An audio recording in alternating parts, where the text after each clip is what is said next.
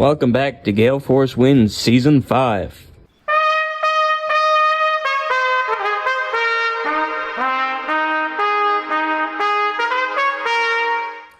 Well, I'm Allan Dale from Gale Force Wins, and I have to tell you, it's great to be here at the Royal Canadian Military Institute in beautiful downtown Toronto. I'm very excited to have our next guest on.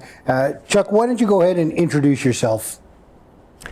Chuck Firlotte. I had a fairly lengthy corporate career, Allan, in the US and Canada, my native Canada, in England, and more recently in the Turks and Caicos. And now I reside in Connecticut, still very much connected to my native land of Canada.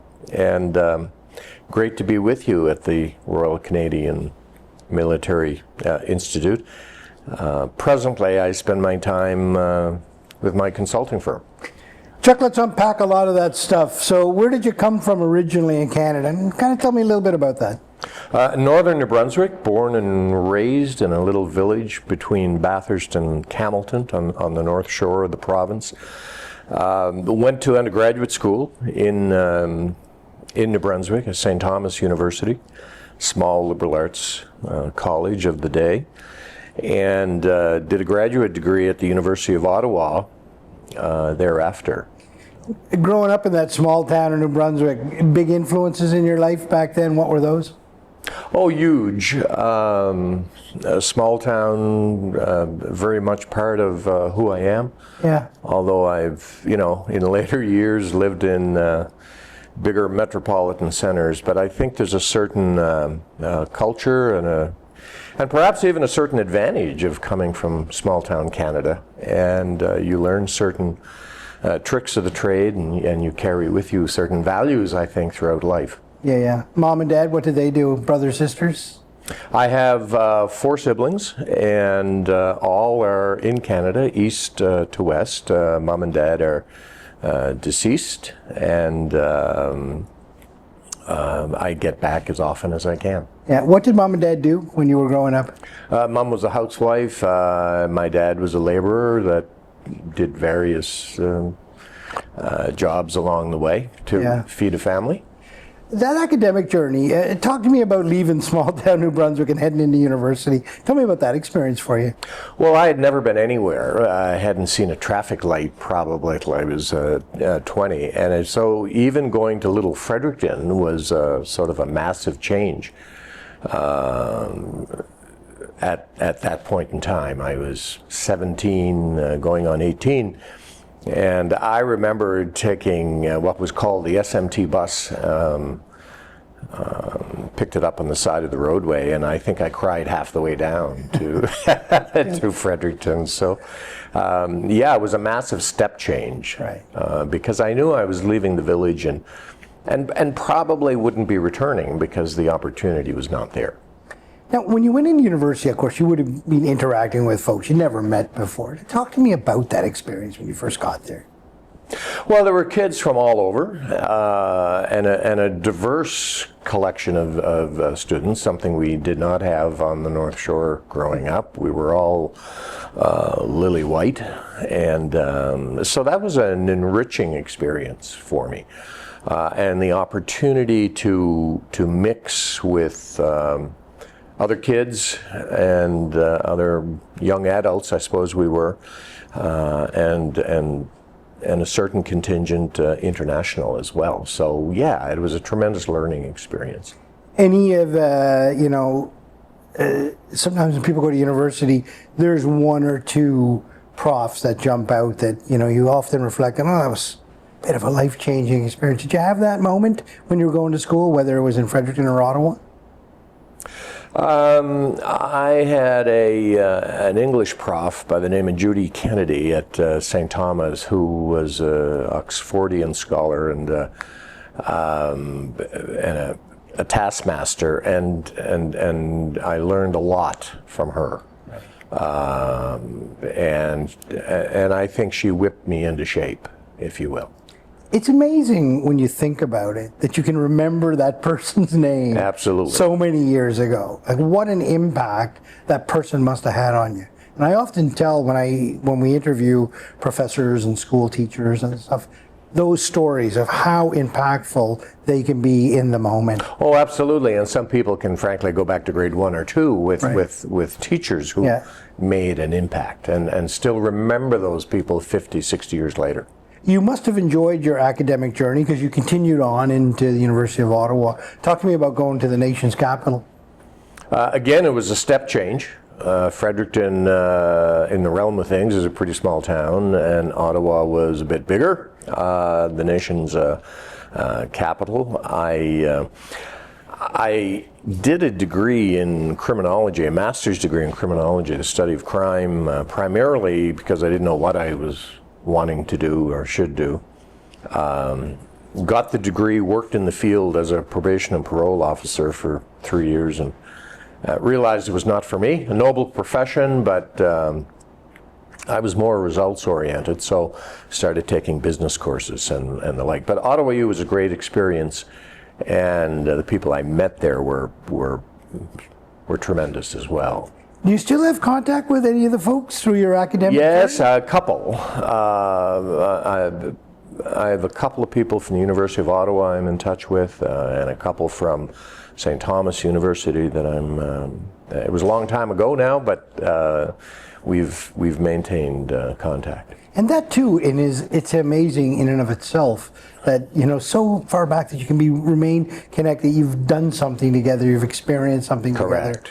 together, Correct. So you touched on, you graduated and you went into the field, criminology, working with Department of Corrections, I guess, Corrections Canada, what it was.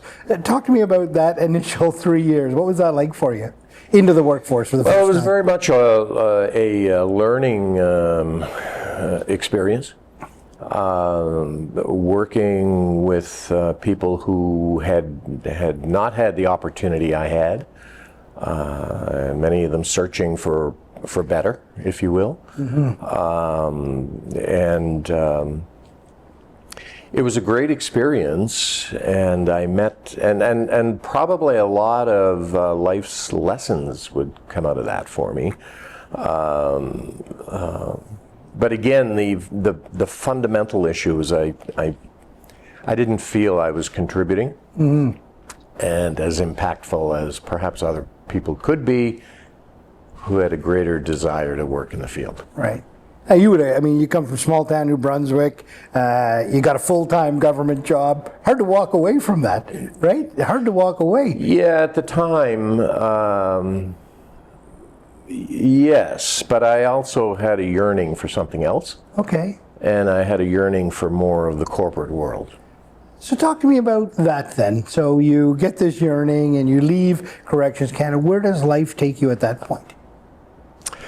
I made a decision that I didn't want to go back to school. I had already an undergraduate degree, a master's degree, so I had 18 years of schooling behind me, and I decided that I had that there were portable skills that I had, that transferable skills that I could take to another profession, and at the time it seemed to me that the field of HR, human resources management, and labor relations was something that I could transfer my skill set. I had done a lot of, in the corrections field, I'd done a lot of training and interviewing and counseling, and these were transferable skills. And so I got a job with a company called Combustion Engineering Canada, no longer around. It got gobbled up along the way in a corporate merger, and got a job in HR management that I probably was not qualified for at all, but talked my way into it, and was on a steep learning curve, and had a good 6 years there. I want to pick up on the term they use, transferable skills. We talk about that a lot now. People Correct. are talking about the skills, and people refer to them as soft skills. They refer to them as permanent skills. They have all these labels on them now. Talk to me about the importance of realizing when you have those transferable skills, any point in your career when you're ready to make that transition, because it's a very important thing for people to realize that there are skills. I think we go through life learning, or we should. And if we don't go through a life of continuous improvement and continuous learning, we develop an incredible case of the stupids. And so looking at our skill set and being able to pivot at opportune times. And what would opportune times be? Well, that would be the advent of technology, right? The internet came along the way. We had to pivot. We had to learn something. And with that, there have been several more upgrades to that with technology, and more recently is AI, automated intelligence, and now we're learning to pivot there, and so I think we take our skill set, as basic as that might be, and mold it to make another leap forward, if you will. Right. Yeah. And now you left that company, and what was your next step along the journey? I was recruited to the U.S. in the late 1980s to a company which is now called Aquarion. And I was there for some 32 years and regulated utility. Started out as the HR manager and ended up as the chief executive. Talk to me about that decision to make the move to the U.S. and that recruitment process. I was young and unencumbered, and it seemed like the fascinating opportunity. And there were a number of people that I remember counseled me otherwise. What about healthcare? And I didn't care about healthcare. Right. I was young and bulletproof at the time, and so I thought I was. So it was a tremendous opportunity, and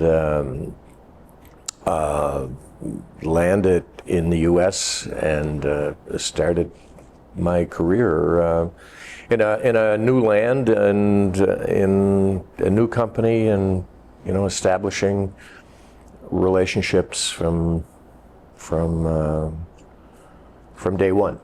Was work life much different then for you between Canada and the U.S.? Was it a different? No, I think that look, there are fundamental differences between Canada and the U.S., but I think the rest of the world would see us as somewhat homogenous, right? So it was not like coming from an African country or a Middle East or even Eastern Europe.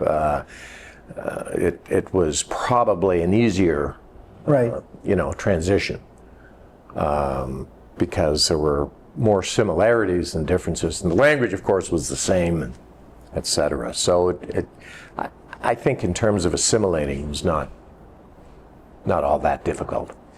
So you started in the HR, which you were comfortable with. You had come from another company, but you worked your way to the corner office. And talk to me about that journey and what that was like for you. Well, it was one of continuous learning and some luck and a lot of hard work. And if there were opportunities, I was always available to avail myself to those opportunities. And I just started doing other stuff in the company, and picked up stuff like customer relations along the way, and eventually was made chief operating officer, then was sent to Harvard for a 3-month program along the way as well. And then we were acquired by the British, and there was an opportunity for me and my family to move to England, which we did for 3.5 years. Wow. So I want to go back a little bit. You said you remained open to opportunities. I want to pull on that for a second. That's such an important skill, eh? Yes. To remain open to opportunities. Tell me about the importance of that and everything that you've learned along the way. How important is that? It's tremendously important to be able to pivot, to be able to say yes rather than no is so important, and a skill set. And I tried to do that throughout my career. I tried to say yes rather than no. And moving to England was that. It was an opportunity. I was asked, and could come up with 20 reasons why not to, but why not come up with 60 that said, yes, do it. I think that's how opportunity is created. What do they say about luck? It's when preparedness and opportunity comes together. So that's kind of what I did. What was Harvard like? It was tremendous. It was there were 160 of us in the class, and I think 60% of it was international. So there were people, the brightest and the best from all around the world, and it got that whole global experience from every corner of the universe. So it was, and it was learning. It was day and night learning and working in small groups and exchanging views and dealing with the Harvardian pedagogue who were, brilliant and demanding, and it was just a great experience. The son of a laborer and a homemaker. How did that prepare you for Harvard? What skills did you get back then? What lessons did you learn from them to prepare you to walk in the doors of Harvard? I might have been hungrier than the next guy. I might have sort of tried harder. I was on a treadmill and I probably ran faster than the guy next to me or the gal next to me on the treadmill. So I think there's a certain advantage of perhaps coming from disadvantage. Mm-hmm. England, talk to me about that. You fly over, I'm assuming you flew, you didn't take a boat, you flew over. Talk to me about your initial experience there with the family now in England. Just a great experience. My son, who's now 31, was 6 when we went over, 10 when we came back, and the opportunity to live in the UK and to assimilate in the British culture was just tremendous, and the opportunity to travel the continent as well. Travel was just so easy once you're there. For 90 euros, you would go from Leeds Bradford Airport in Yorkshire to Paris, and then the rest of the continent was yours. So, great experience. Great experience. Great education for your son as well during that time. Right? Yes, it was. Yes. Just seeing it and being there and touching it. Correct. Came back with a beautiful English accent, or maybe the British would say lack of accent, and and lost it in about 8 weeks on the streets here. But it was a tremendous experience for him. So 3 years there, you come back to the States. Correct. Tell me about that. Came back as CEO of Aquarion, the company that I had initially joined as the HR manager, and that was just something I had worked for and wanted, and so it was again another enriching experience. Always a little scary at the beginning when you take over a new position like that. How do you work through it? Well, I think most CEOs, if they're honest, would say that initially it's, hope I can do this. Mm-hmm. And you get to a point where, of course, you can do this, and I'm doing it well. And so the initial experience was that I found it a little bit lonely, actually, because when you're in the corner office and you're at the top of the mountain, you really don't have colleagues that you can confide in, mm-hmm. if you will. And do you go for a beer on Friday nights when the crowd is congregating? Well, maybe one, but and then you leave. So it was different. It was a whole different experience for me.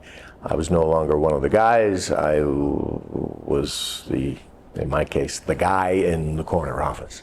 Yeah, the expression "lonely at the top," right? Yeah, It's for a reason.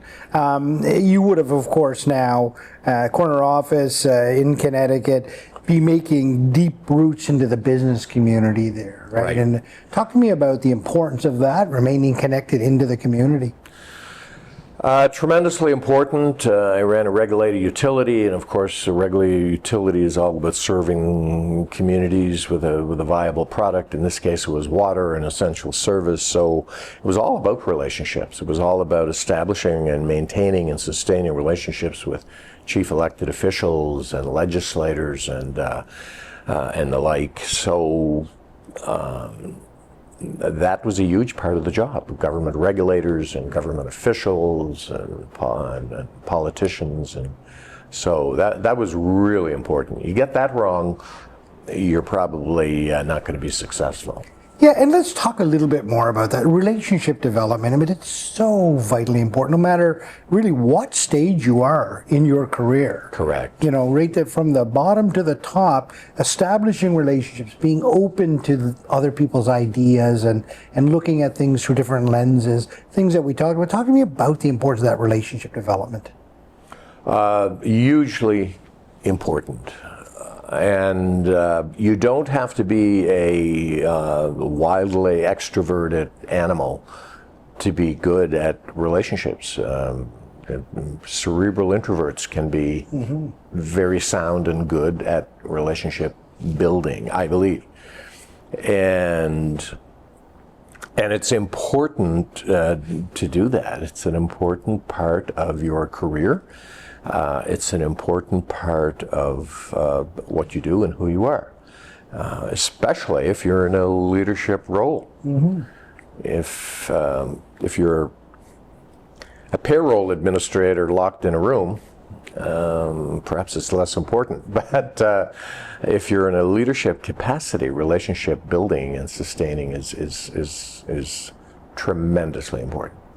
When your journey in the corner office comes to an end, what next then? Where do you go next? And how does that look for a guy coming out of a corner office? Well, it varies I think, from executive to executive. I have friends. I was talking to one last week in England who essentially says, "I'm done. I'm going fishing," and that's viable. Some spend their time traveling and playing golf, and that's viable. So I think it varies for different people, but I think you need a pathway forward, right? Because you're leaving a position and a role with a hell of a lot of responsibility, and where do you go with that? And to shut it down abruptly, I think could be jarring. Yeah. How did it look for you? Well, for me, it was more of taking the accumulated 40 years of experience in the corporate box and saying, I'm not done yet. And so I want to take this and use it in my consulting world, whereby I'm not the head honcho, but I'm advising and coaching people on how to improve their lot, how to clean the weeds up in their backyard, how to make the business more profitable, more operationally efficient, how to enhance customer service. So I do that now, and I do some career coaching for executives as well. So, and to me it's tremendously fulfilling because I'm taking my experience from the corporate world and packaging it in a whole different way. When you left the corporate office in Connecticut, was there anything in between that and the consultancy, or did you go right into consultancy? Oh, I spent about 4+ years in the Turks and Caicos in the Caribbean, overseeing a group of companies for Middle Eastern royal family. And so it was a mixed group of industries, from the only golf course on that island, 18-hole golf course on that island, and to commercial properties, to infrastructure development, to resort development, and a lot of land for future development. So, and a couple of small utilities that supplied the island with water. A lot of moving parts. A lot of moving parts. So I did that for 4 years, and actually just finished up my tour of duty this fall. I mean, a lot of moving parts that you just described in very different styles of businesses. In a country that's, the Caribbean country, things don't happen the same way they do in Canada, the U.S., and Britain. Talk to me about the skills that you had to develop there to sort of navigate all of that. Patience and understanding. The Caribbean is not known for, it's known for many things, many good things, but it's not known for decisive action and adherence to schedules and commitment to deadlines and the like. So, and I, my whole career was built on deadlines and schedules and deliverable of commitments and the like. So I had to learn patience and to sit on my hands a lot. But it's amazing what you can do when you're forced to do that. Right. And you take your body of knowledge at that point, and you're a little bit more sort of seasoned in terms of how you approach things. Correct. Right. You're not wise, hopefully. Right? Yeah. Exactly. Yeah. So, I mean, that's quite a breadth of experience. And so let's get back to the consulting for a second now. You say that you take this body of experience, you help organizations, you come in and you provide them your knowledge. What does that look like for a client? And talk to me about that. Well, it could look differently for different clients in different industries, but I'm working with one, for example, a family-owned business that is well over a century in business in the construction trades, and it's taking the family members to a whole new level of profitability and efficiency. There could be smaller businesses that are struggling with what I call, the chaos and disruption of an emerging enterprise. A lot of startups are destabilized by chaos, if you will, and it's helping them navigate that. Sometimes it's working with the chief executive to develop a strategy, because frankly, they've been spending so much time working in the business that they've not spent any time working on the business. And it's getting them to understand and appreciate that, a well-run enterprise should spend probably upwards of 20% of its time in planning and blue sky and talking about tomorrow's products and services, with 70% of the time in operations. Operations is baking the bread and selling the bread, and about 10% of the time allowed for reactivity, because stuff happens. What does an ideal client look like for you? Or is there an ideal client?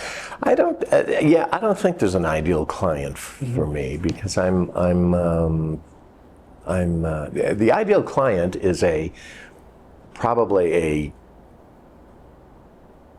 a leadership team or a CEO who wants to make some fundamental change and is just not interested in, let's do a strategic plan and then we'll put it on the shelf and we'll keep doing what we're doing.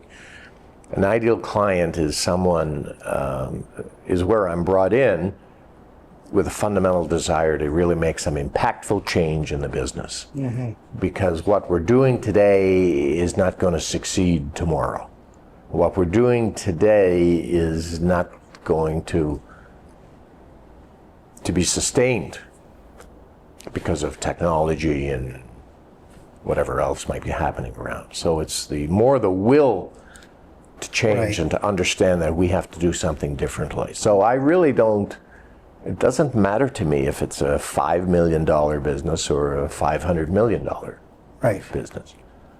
As long as there's that desire. As long as there's a desire and a will to make some fundamental change to the business.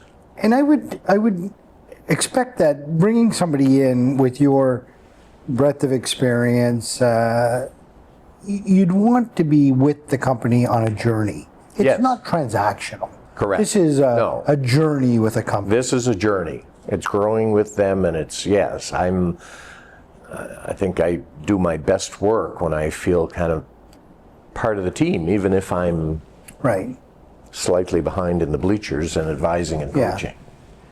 I mean, you think about it from the point of view of that company, to have a tool in the toolbox like you that brings that to the table and an ability to reach out to that whenever you need it. That's pretty powerful when you think about it. I would think so, and that's kind of what I try and relay in my pitch. Yeah. But not a lot of companies have that. They might have board members and stuff that might bring that to the table, but to have somebody there that's very focused on the bottom line of your company, understands through a process of finding out where they are, where they're going, with their desires, on that journey with them, that's a pretty powerful thing. Yes, and a lot of times, you mentioned board members, a lot of times the CEO doesn't want a board member in his or her business. Mm-hmm.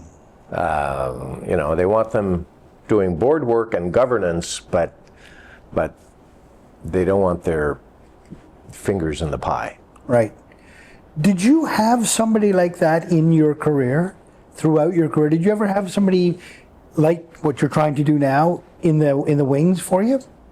Yes, there was one individual that I've maintained contact with throughout my career. Consultant psychologist by the name of Dr. George Gherkin, who's been a tremendous advisor and friend and almost like a mentor. Coach. Yes, very much a mentor and coach. Exactly. Do you see yourself in that role as well? Not only providing sort of business, but also that's when I'm happiest. If I can play that role for an individual, I also learn, actually. Right. It's a tremendous learning experience. It's a reciprocal experience, frankly. Yeah. And I'm at my happiest if I am learning but also making an impact in the life of another individual by allowing him or her to navigate the journey more effectively and to make more of an impact as well.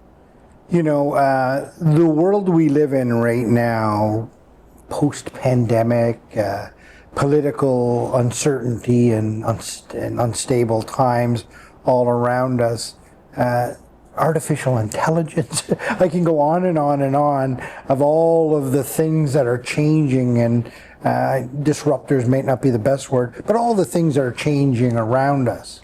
There's never been a better opportunity to have somebody with a breadth of experience on your team as your business goes through these tumultuous times. Absolutely, absolutely. And they may not have, I don't know if there's a silver bullet answer for any of those issues, but it's the opportunity to have someone help you navigate through the labyrinth of options. Well, there rarely is a yes or no answer. There rarely is, right? But when you bring somebody into the conversation, that's been around the block, that has seen different things happen, that have been in different countries, they can see similarities between things that are happening. That's strength. Yes, it is. And the higher I got in the organization, the more gray the world became. That's right. It's not black and white. It never is. It's not black and white. And good financial people are good with numbers, but there's an element of gray in their world as well. Right. And it's part science and part art. Yeah. So 100%, and you know, not only the sort of the mentorship piece, but to help companies that, and you mentioned it a few minutes ago, they're busy making bread. They've got their head down Yes. in the company, right? Yes. And sometimes it's really hard to pull away, Absolutely. right? And that's where somebody like you can help them with that. Correct. Yeah. Correct. I understand their predicament. You were there. I was there. Yeah. I was there, and so I understand when, you know, what's the old expression about when you're up to your neck in alligators, it's hard to remember your initial mission was to drain the swamp, right? So yes, it's